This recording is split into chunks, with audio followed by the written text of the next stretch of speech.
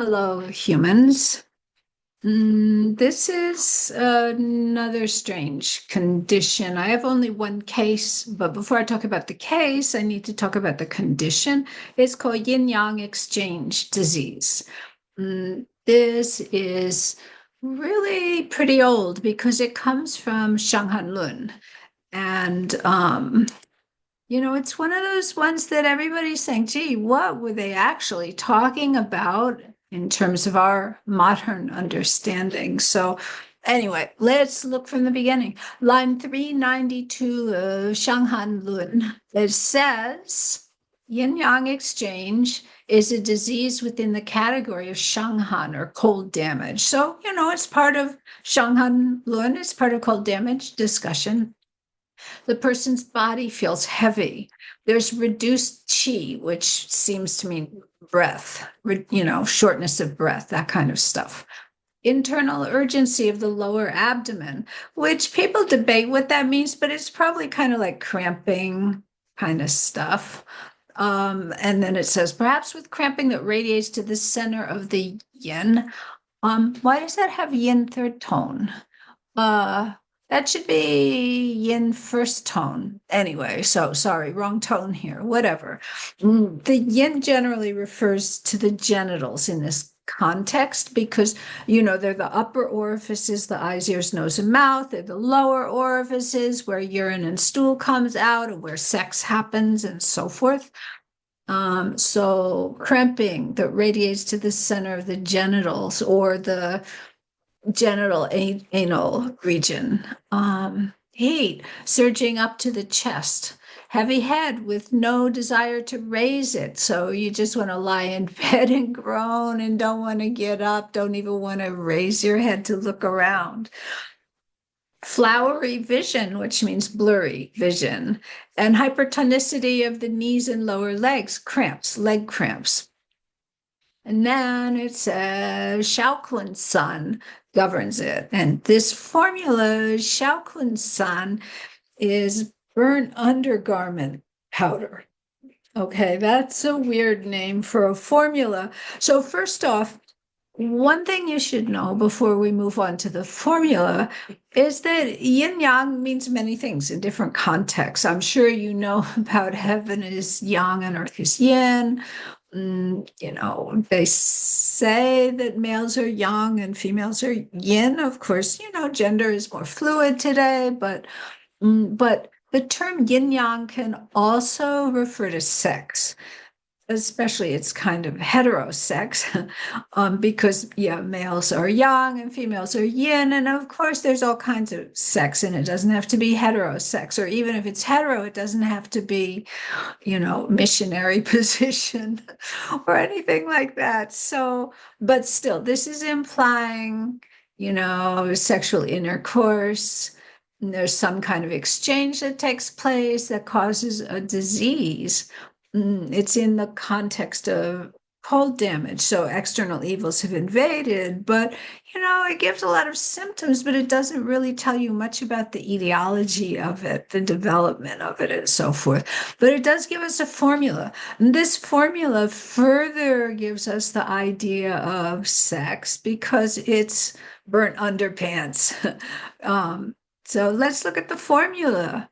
Okay, so in case you're wondering what ancient underpants look like, apparently at least one style is like this. There are probably other styles, but there's like a large panel of cloth around a waistband. And so you tie the waistband and then you have the cloth hanging down in back, and then you bring it up between your legs and fold it over where you've tied it. And it kind of looks like a loincloth kind of thing. Okay, so that's one type of ancient underpants. I don't really know. Were female underpants the same? I don't know. I don't know. But anyway, so here's the formula. Select the section of a woman's undergarment around the hidden place. Okay, so the lower orifices are called yin. And yin is something that's dark and hidden and below. And so, yeah, the hidden place. Mostly, most of us keep our genitals hidden most of the time. We don't pull them out in public. Okay, so you want the part of a woman's undergarment that goes in the crotch region and burn it to ash. And of course, back then, what would the undergarments be made of? Silk or linen or cotton? Not polyester. Okay. And then mix one square spoon of the above one ingredient in water and take 3 doses per day. So this is a measurement that was used in Shanghan Lun, but really isn't used in later books. Apparently, it's a spoon. A spoon is about an inch. So it's like a spoon that maybe is kind of square. The scoop is square shaped rather than rounded. And it's a square tsun, so one tsun long, one tsun deep, one tsun wide. And that's the square tsun spoon, probably. But of course, how big exactly was a tsun in ancient times? Because we're not talking body tsun compared to the person. This is like a, specified measurement. Okay. So you've burnt it to ash. Oh, and what you should understand is you may just light it on fire and let it burn. Because of course, if it's cotton or if does silk burn? I don't actually know. Or linen will probably burn. But it's also possible, it doesn't say this, but it's possible that it's burnt in a low oxygen environment to char it rather than make ash. But it does literally say ash. Anyway, so we take this measurement of it in just that's the only ingredient in water and mix it and drink it 3 times a day. And then that will promote urination and the head of the penis will swell a little bit. That actually doesn't sound like a good thing, but that's part of the process. This serves as an omen of recovery. But if this is a woman who has this disease, then we need to select a male's underpants and burn it and take it. So, this remedy is heterosexual. If it's a man that's sick with it, you need woman's underpants. If it's a woman that's sick with it, you need man's underpants. And so we've seen some of the symptoms, and it seems to be implying that it's transmitted through intercourse, and it's in the context of cold damage. But I still have a lot of questions, don't you? So later, 400 years later, approximately, we've got Zhubing Yuanhou Lun, which was a book that was, called for by the Sui dynasty, which was a short-lived dynasty, just before the Tang dynasty. And Chow Yuanfang was like the royal doctor, the imperial doctor, and he was in charge of editing this book. And it's gigantic. And it's a pretty interesting book. It tries to talk about every possible condition. It's like an encyclopedia of every possible condition and some discussion of it and its etiology and so forth. But it doesn't have any herbs as treatment. It doesn't have any acupuncture as treatment. When it does specify a treatment, it's actually Qigong, or back then they didn't call it Qigong, they called it Daoyin. And so, yeah, so it's an interesting book, but it's not going to help with treatment that much unless you use Qigong as treatment. Recently, somebody named Dali Yang translated the Qigong parts of it. Anyway, so here's what this Zhubing Yuanhou Lun says. Someone with yin-yang exchange disease gets sick after having intercourse with a male or a female who's newly recovered from seasonal qi disease, but they're not yet completely cured. Okay, so let's break this down a little bit. Somebody has some kind of seasonal qi disease, which means, wind in the spring and heat in the summer and dryness in the autumn and cold in the winter. So, kind of external attack. They're three-quarters recovered, but they're not 100% recovered, but they start having sex already, and their partner receives this. This is named yin-yang exchange because it happens during sex. When a male who was sick and recovering, but not completely recovered, has intercourse with a woman and she gets sick, then it's called yang exchange because it was exchanged from yang towards yin. When a female who is sick and recovering, but not completely cured, has intercourse with a man and he gets sick, then this is yin exchange because it came from the woman who's yin. But here's such an interesting thing. He says, if it's two men or two women, there's no exchange with each other.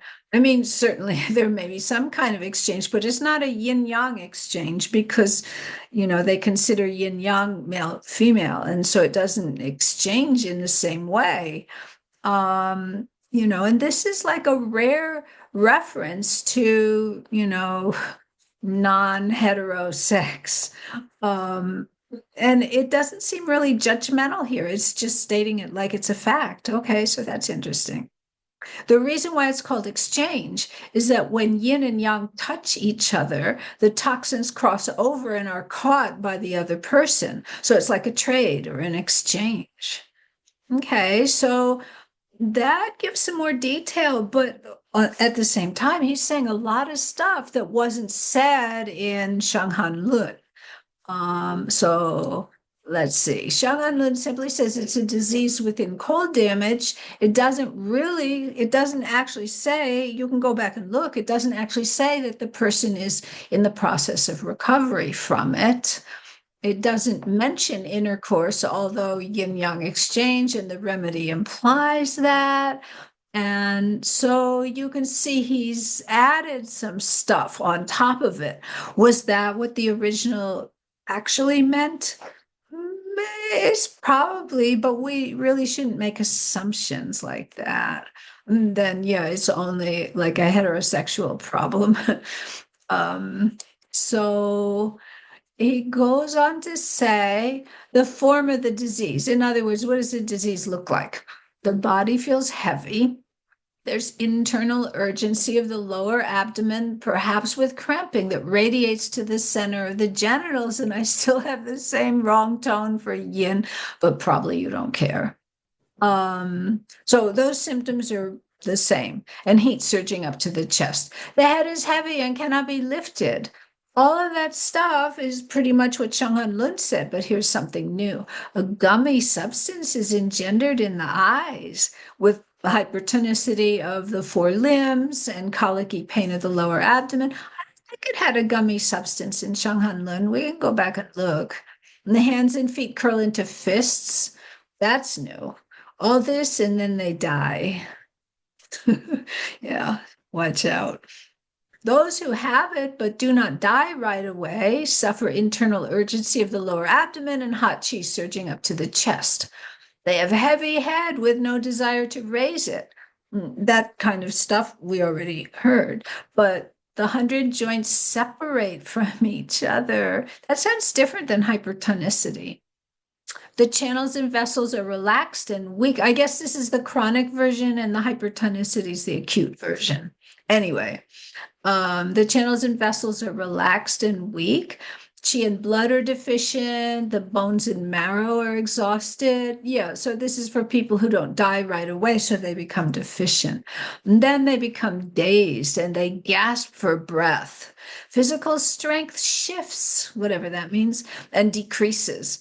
They cling to the bed, unable to move. They rely on people for their daily life. They can't feed themselves or whatever. Somebody has to cook for them and bring them food and so forth.